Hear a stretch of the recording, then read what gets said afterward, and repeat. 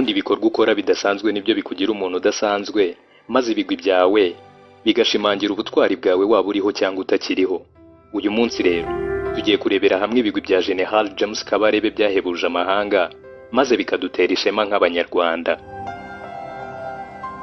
nko kubohora ibihugu bitatu bitandukanye ari byo Uganda, u Rwanda na Congo, uko yateguye akanayobora Operation Kitona, ubu yabaye amateka yigwa no mu mashuri, uko yabaye chef d'état major w'ingabo z'u Rwanda na Congo icyarimwe, uko yishe intare nta mbunda akoresheje n'ibindi bitandukanye.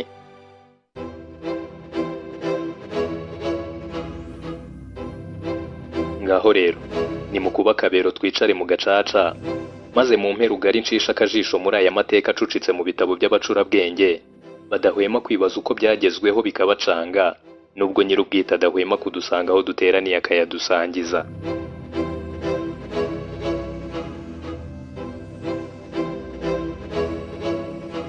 Nkwifurije kugira ibihe byiza aho uri hose wowe dukomeje kubana muri iki kiganiro. Kora subscribe uraba uteye inkunga iki kiganiro, naho njye wakiguteguriye nkaba ngiye no kukikugezaho nitwa Roger Twiz.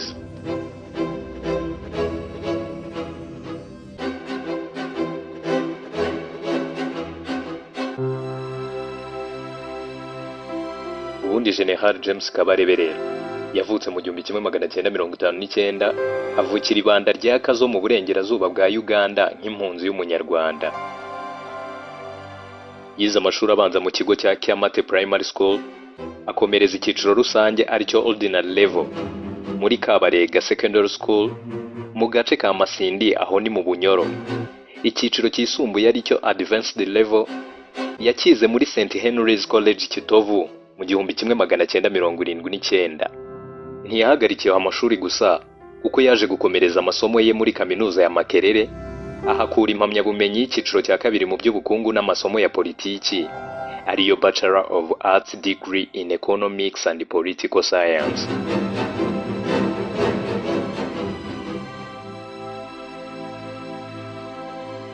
General James Kabarebe rero ubu ni umugabo wubatse ufite abana batatu, yabaye inshuti magara ya General Salim Saleh, murumuna wa Perezida Kaguta Museveni wa Uganda, akaba kandi umwe mu basirikare bakuru b'iki gihugu nyuma y'urugamba rutoroshye rwo guhirika umunyagitugu Milton Obote.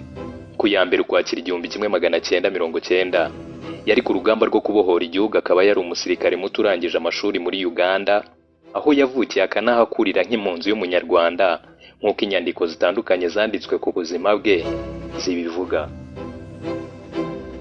Muri iyo ntambara yakuyeho ubutegetsi bwari Kigali igahagarika jenoside yakorewe abatutsi mu 1994. Afande James Kabarebe wari ugeze ku ipeti rya koroneli yari Somambike wa Major General Paul Kagame wari uyoboye urugamba.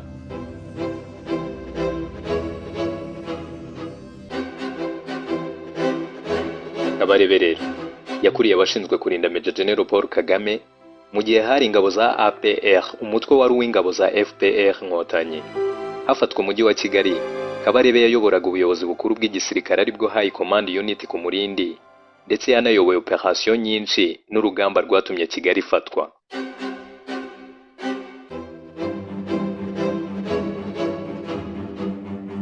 Mu 1996 nibwo yoherejwe guhuza ibikorwa bya gisirikare bya AFDL, ariyo Alliance des Forces Démocratiques pour la Libération du Congo muri Congo, kugeza Kinshasa ifashwe muri Gicurasi 1997.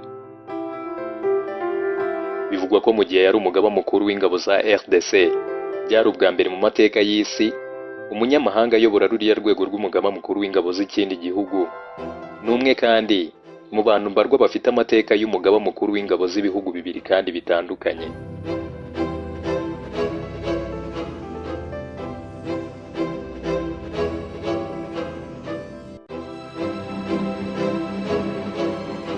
Yagarutse mu Rwanda mu 1997, yagizwe umugaba mukuru w'ingabo z'u Rwanda muri 2002, nyuma agirwa minisitiri w'ingabo kuva mu 2010 kugeza muri Nzeri ya 2018.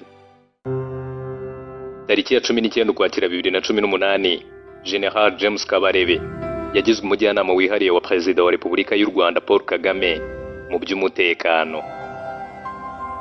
Nuko ku ya 30 Kanama 2023 General James Kabarebe hamwe n'abandi bajenerali bagenzi be bafatanyije kubohora igihugu bagiye mu kiruhuko cy'izabukuru. Naho ku ya 27 Nzeri 2023 General James Kabarebe yagizwe umunyamabanga wa leta ushinzwe ubutwererane bw'akarere muri Minisiteri y'Ububanyi n'Amahanga Minafete.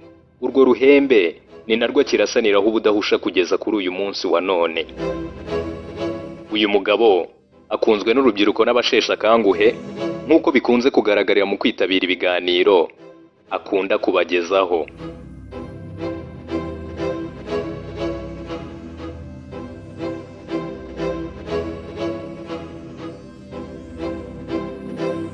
Ubundi Operation Kitona ni imwe muri operation zihambaye z'ingabo z'u Rwanda zakoreye ku butaka bwa Kongo na Angola. Abanyarwanda bajya baca umugani bagira bati ijoro ribaruwa riraye, abandi batuko byagenze bari umupfu. Hanyuma hari n'abagira bati inkuru mbariranira tuba. Uyu munsi rero reka mbabwire ubutwari butagereranywa bw'ingabo z'u Rwanda. Ingabo z'igihugu zakitangiye ku rwego rutigeze rubaho mu mateka y'ingabo za Afurika. Ubundi kuri iyi si habayeho operation zihambaye zabaye ibirangirire nka Operation Entebbe yakorewe Kampala ikozwe n'ingabo za Isiraheli zari zije ziyemeje kubohoza imbohe zabo zari zafatiwe mu ndege i Kampala muri Uganda, ariko ibyo si byo turi butindeho. Uyu munsi ndibanda kuri Operation Kitona.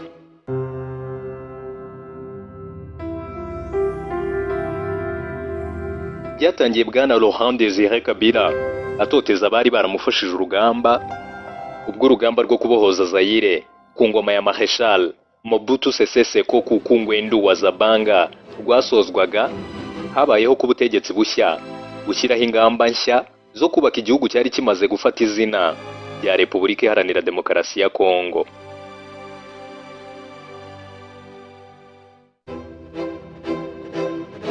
Nuko ariko nyuma yo kwirukana Mobutu n'ubutegetsi bwa MPR ariyo Mouvement Populaire Républicain, ishyaka rukumbi ryayoboraga Zaire kuva kera, byashoboka ko hari ibitarumvikanweho neza n'abari barishyize hamwe kugira ngo intambara yo kurwanya no gutsinda Mobutu ibashe kugenda neza.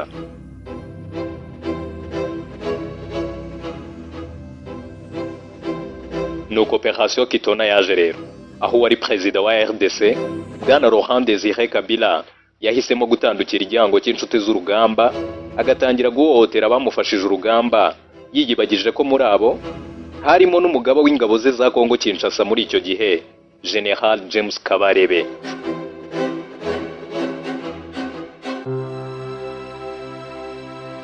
Bamwe mu banyarwanda bahuye no kujagarara kwa Laurent Désiré Kabila harimo General James Kabarebe, umwe mu bajenerali bo mu karere k'ibiyaga bigari banditse amateka mu rwego rwa gisirikare kubera ubuhanga bwe hamwe n'ubwitange bwabo yarayoboye cyane cyane mu ntambara zabereye muri Repubulika Iharanira Demokarasi ya Kongo.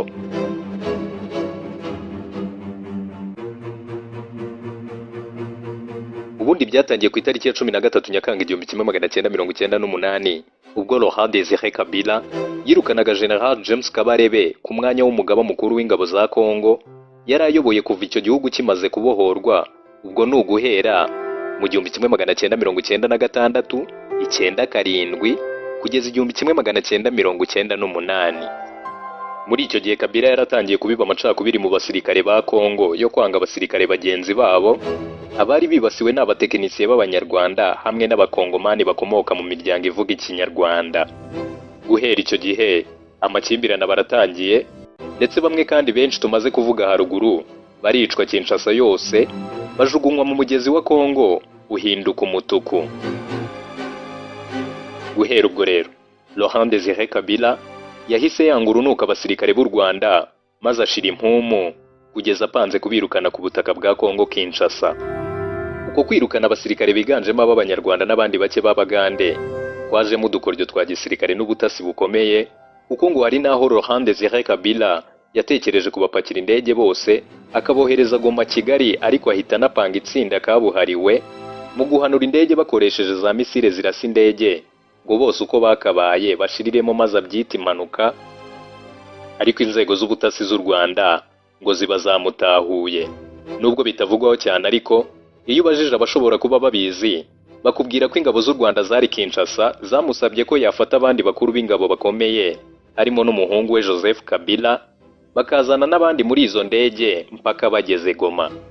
Kwari nko kuvuga bati maze azihanure nawe yihekure ikintu cyateye Laurent Désiré Kabila umusonga. Aho rero niho Kabila yahise atangiza ibikorwa byo kwibasira abanyarwanda n'abavuga ururimi rw'ikinyarwanda ariko b'abakongomani, maze si ukubica karahava.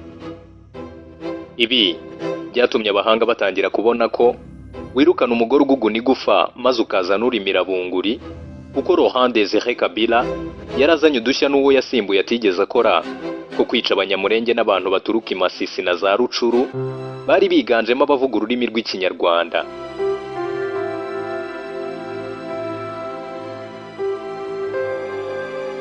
Ku itariki ya 2 Kanama mu 1998, Laurent Désiré Kabila yari amaze kwirukana no kohereza ingabo atifuzaga mu gihugu cye z'abanyarwanda n'abagande abanyujije Goma.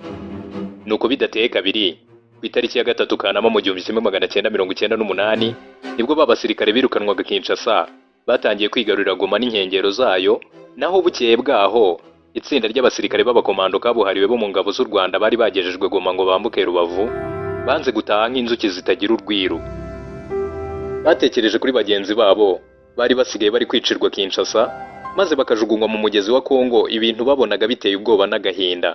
Nuko bukeye bwaho baba bagurutse basubiza amaso ya Kinshasa mu rukerera rwo ku ya 4 Kanama 1998, baba bigaruriye ikigo n'ikibuga cy'indege bya gisirikare Ikitona.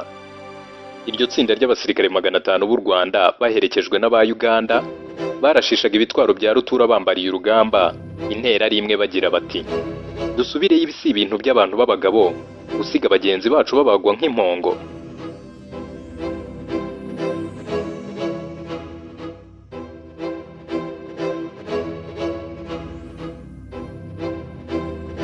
Mu ndege Boeing 727 ya kompanyi y'ubucuruzi yigenga ku ntera ya kilometero 1700, ingabo zirahafata diridiri no ku kibuga cy'indege cyari cyitaruye Kinshasa bati ngo ba. Aho nta handi ni ku kibuga cy'indege cya Kitona. Iki kibuga cy'indege kandi kikaba cyari kinubatse mu kigo cya gisirikare cy'ingabo zirwanira mu kirere za Kongo Kinshasa, uko cyari giherereye mu ntara ya Basse Kongo ahagana mu majyepfo ya Kinshasa ku birometero bikaba 320 uvuye ku murwa mukuru wa Kinshasa. Igitego cya mbere cyabaye muri iyo operation ni ibanga yakoranwe kugeza aho mu rugendo indege yari itwaye ingabo z'u Rwanda yarinze igwa Kitona, ingabo zivamo zirwana mpaka zigaruriye ikibuga cya Kitona. Indege yaguyeho hamwe n'ikigo cya gisirikare cyose, Kinshasa iri kuririra mu myotsi itazi ibyabaye.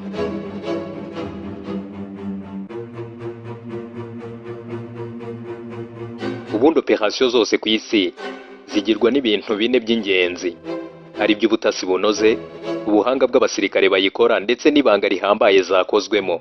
Kandi ibi abasirikare b'u Rwanda bari babyujuje cyane ko wari ubayoboye ari we General James Kabarebe yarazi uko Kongo ihagaze 100%. Naho icya kane ni impamvu nyamukuru y'iyo operation ari nabyo byatumye mu minota 30 akazi ko gufata Kitona kari karangiye. Intego yari ugufata Kinshasa mu gihe gito, ariko cyane cyane mu bijyanye n'amayeri ya gisirikare, military and war strategies. Aba bakomando b'u Rwanda bagombaga kubanza gushegesha ibirindiro by'ingabo za Repubulika Iharanira Demokarasi ya Kongo hakoreshejwe uburyo bwose bushoboka. Budakeye kabiri, inkuru yabaye kimomo ko General James Kabarebe yageze Kitona kandi ko ari bunyweri cya Kinshasa. Kinshasa abicaga abanyamurenge bari biganje mu kigo cya Chachi bagize ubwoba, abandi biruka ubutareba inyuma batarumva n'isasu na rimwe. Abadafite amakuru y'ibibera ku mbuga y'urugamba bati nimureke twinywere, ayo ni amashyengo y'inkotanyi, kandi batazi yuko inkotanyi zitavuga ahubwo zikora.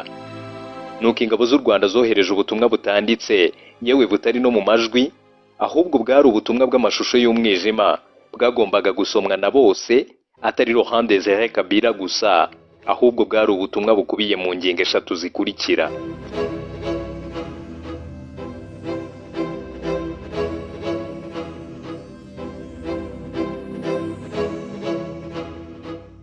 Kinshasa na Brazzaville rero zacuze umwijima bitigeze bibaho mu buzima. Inzara yagose umujyi wa Kinshasa wari utuwe na miliyoni 6 biratinda, hakarya umugabo hagasiba undi. Icyo gihe cyitwa ikinyabiziga cyose cyagize inyota kirahagarara, ibintu biradogera karahava. Muti gute se kandi? Ubwo Laurent Désiré Kabila yari ari gukanaguzwa amaso yibaza ibimubayeho, ingabo z'u Rwanda zose zari zamaze gufata umuhora wose n'ikibaya cy'uruzi rwa Kongo, hamwe n'umurongo wose uturuka ku cyambu cya Matadi kinini kiri ku nyanja ya Pacifique.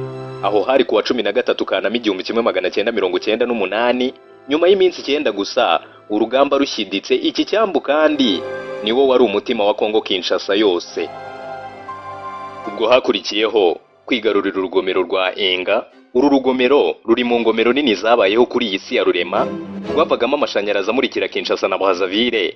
Aha kandi hananyuzwaga uruhombo rutwara amavuta ya essence ruyagaburira umujyi wa Kinshasa. Byose birahagarikwa, naho Laurent Désiré Kabila we ahugiye mu kwihimura no kwica abanyamurenge. Gusa byari binagoye kubyita kwihimura kuko bo ntacyo bari bamukoreye kibi, ahubwo rwasaga n'urwango rudasobanutse n'imyumvire ye bwite itari yuhitse ku mibanire y'abakongomani bavuga ikinyarwanda n'abandi.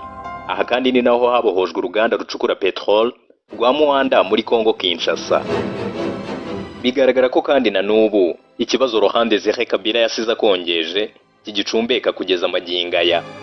Nuko Matadi imaze gufatwa, Kinshasa ikicwa n'inzara, Inga ikimara gukupka, Kinshasa yose ibaye umwijima, niho Laurent Désiré Kabila yabaye nk'ukanguka, ariko asanga amazi yarenze inkombe.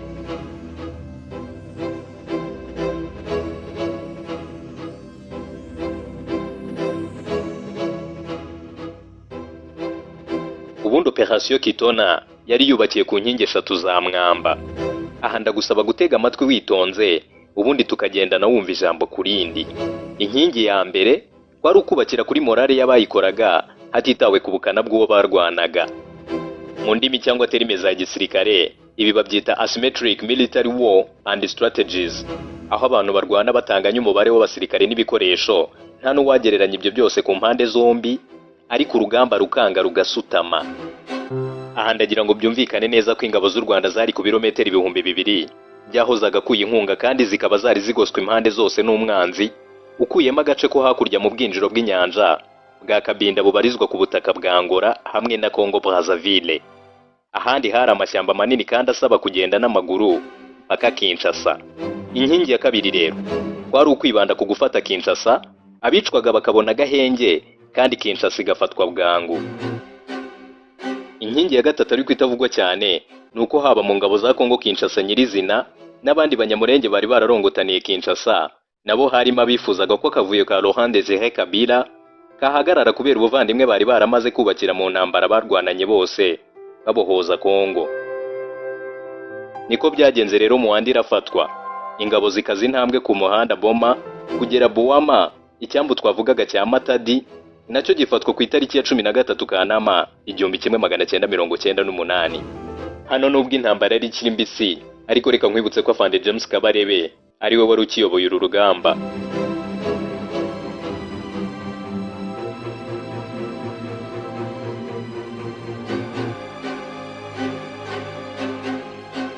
Ubwo Perezida Laurent Désiré Kabila yumvaga inkuru y'incamugongo ko ingabo z'u Rwanda zatangiye kwinjira gahoro gahoro muri Kinshasa, yafashe indege arahunga, ahungira mu biro bye byari Lubumbashi, ubu ni mu ntara ya Katanga. Akigera Lubumbashi rero, Laurent Désiré Kabila yahise yiyambaza bagenzi be bo mu bihugu bihuriye mu muryango wa SADC, wa muryango w'ubukungu w'ibihugu by'amajyepfo ya Afrika. Nelson Mandela wari umukuru w'intebe w'uyu muryango wa SADC, yahise atumiza inama y'igitaraganya yahuje ibihugu by'ibikonyozi mu bya gisirikare muri ako karere. Iyi nama yahuje abaperezida barimo wa Zimbabwe, Angola na Namibia kuwa 22 Kanama 1998, bikanga ko batinze gato bakwisanga Kabila yaciye umunyu tayari Kinshasa igafatwa batarisuganya. Iba ariko byabaga ingabo za Zimbabwe na Namibia zaratangiye kugera i Kinshasa ngo zitanguranwe n'iz'u Rwanda gufata uwo mujyi. Bukeye bwaho nubwo iyo nama yari irimo kutumvikana kumwe ku cyakorwa, Angola yafashe umwanzuro wo kwiyemeza kurinda umujyi wa Kinshasa, mu gihe abandi bari kwisuganya kuko nta mwanya wari usigaye wo kurokora Laurent Désiré Kabila wari wabitabaje, dore ko n'abadiplomate bo mu burengerazuba bw'isi bari batangiye guhambira utwangushye. Guhera ku itariki ya 23 Kamena uwo mwaka w'1998, ingabo zisaga 2,500 za Angola zitwaje ibitwaro karahabutaka n'indege z'intambara na za kajugujugu mu kirere, utibagiwe ibifaru bitabarika, zambutse umupaka zica ruhinga nyuma ingabo z'u Rwanda zitangiza urugamba rutari rworoshye ku mpande zombi. Aha tugeze rero niho urugamba rwari rukaze imbere n'inyuma, hahandi umwana arira nyina ntiyumve, ariko ingabo z'u Rwanda zirabahageza maze zibanywesha amazi.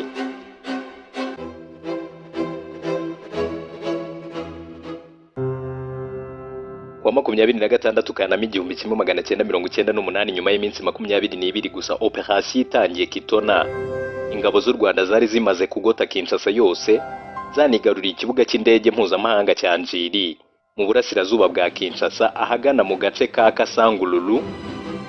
Ariko urugamba ntirwari rworoshye kuko ingabo z'u Rwanda zahahanganiye n'iza Zimbabwe zarwanaga umuhenerezo kugira ngo Kinshasa idafatwa burundu yose. Hano rero niho urugamba rwari rukaze kuko ubwo Kinshasa yari ibonye abayirwanirira bavuye mu ngabo za Zimbabwe kandi zari zikomeye cyane.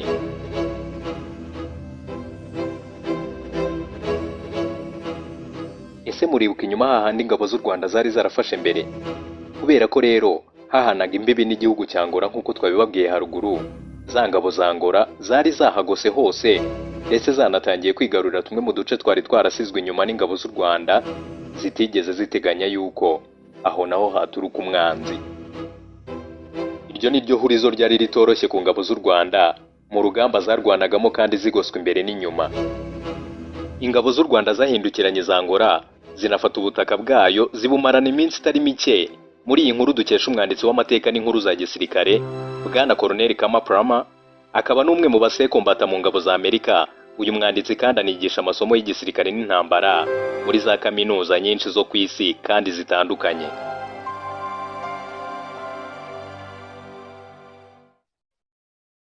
Muri iyo nyandiko yashyizwe hanze kuwa 26 Gicurasi muri 2007 ku rubuga rwa Military History Online, ubona ko uko iminsi yigiraga imbere ariko intambara yahinduraga isura.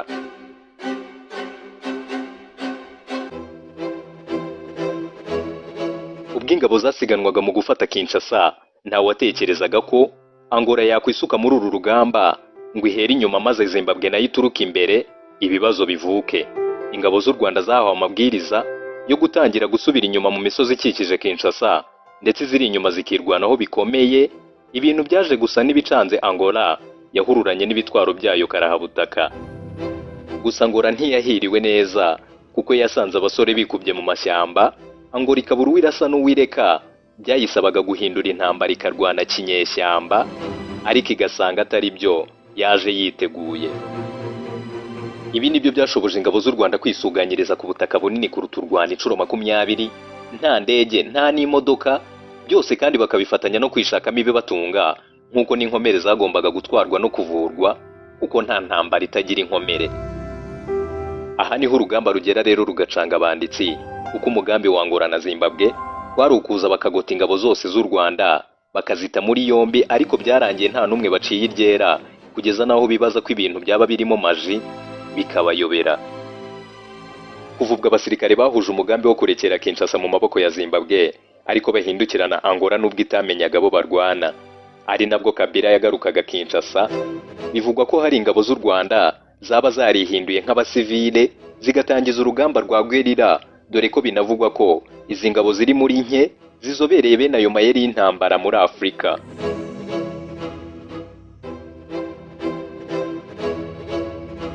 Bidateye kabiri ingabo z'u Rwanda zateye igihugu cya Angola ziciye inyuma ingabo zayo zari muri Kongo, ariko kubw'amahirwe make zitunguka ahantu bita Makwera do Zombo mu ruhande rwagenzurwaga n'umutwe wa UNITA wayoborwaga na Jonas Savimbi.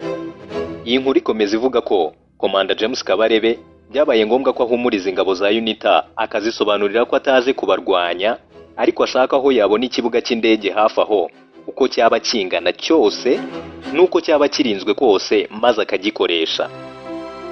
Izi ngabo za Savimbi ngo wajye gukunda gusoma amateka y'igisirikare cya RPA inkotanyi cyane, zarasetse zirikubanga ziti, rero Bwana James Kabarebe, hari ikibuga kiba ahantu harinzwe cyane n'ingabo za guverinoma ya Eduardo dos Santos, kandi hatunaniye kuhafata dufite ingabo nyinshi, wowe urabigenza ute?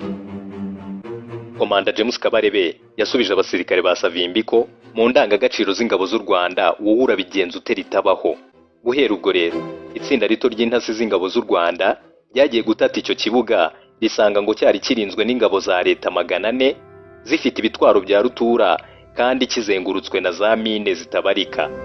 Ariko ibyo ngo ntacyo byari bivuze ku ngabo z'u Rwanda kuko zari zihangayikishijwe n'uko iki kibuga cyari gito ku burebure bwa metero 1400 kandi zishaka ko nibura cyareshya na metero 1800 kugira ngo hagweho indege z'ingabo z'u Rwanda zagombaga kuza gutwara ingabo maze izo ndege zikabona aho zigwa zisanzuye. Bwakeye ingabo z'u Rwanda zigabaye igitero simusiga, ingabo za leta ya Angola ziyabangira ingata n'ibikoresho byazo zibitaho. Izo ngabo za leta ya Angola ntizizibagirwa udutendo twazibereyeho Makwera do Zombo kuko zabaye nk'izikubiswe n'inkuba itagira amazi.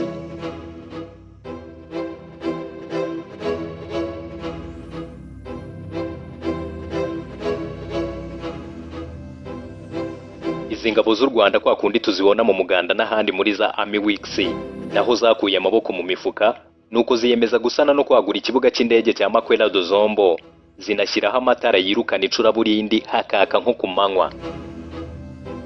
Ubwo kandi ni nako ingabo z'u Rwanda zabaga zihanganye n'iza leta ya Angola yambuye iki kibuga zashakaga kukisubiza bubi na bwiza. Nuko mu gahe gato izi ngabo turata ubutwari ziba zimaze kurangiza kubaka ikibuga cy'indege no kugishyiraho amamashini manini yagombaga kukimurikira kugira ngo indege zizajya ziva Kigali zijye zibona aho zigwa haba nijoro cyangwa ku manywa.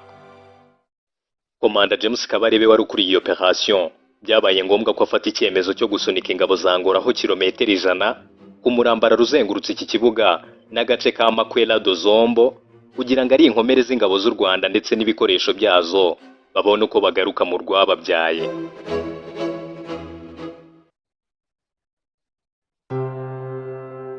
Tariki 25 Ukuboza 1998 kuri Noheli nibwo ingabo z'u Rwanda zose zari zimaze kuva ku butaka bwa Angola mu gikorwa cyanabayemo guhererekanya ingabo z'u Rwanda zimurikirwa bamwe mu basirikare bakuru ba Uganda, amatsinda y'abagande babafashaga mu kurasa ibitwaro bya rutura.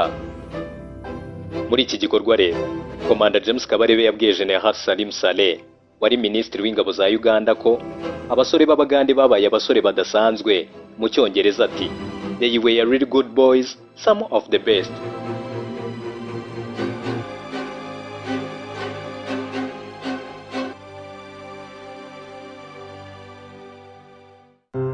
Nkuko akaryoshye kadahora mu itama, reka nanjye nsubikira aha ariko nkubwira nti uyu ariko ntiwari umugani gusa, ahubwo waganaga kabayeho katazibagirana mu butwari bw'ingabo z'u Rwanda ingoma ibihumbi.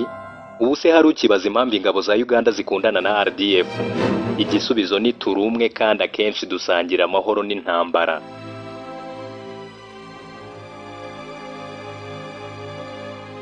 Gufata umwanya wawe ugakurikirana ibiganiro byacu ni iby'agaciro gakomeye, turagushimiye.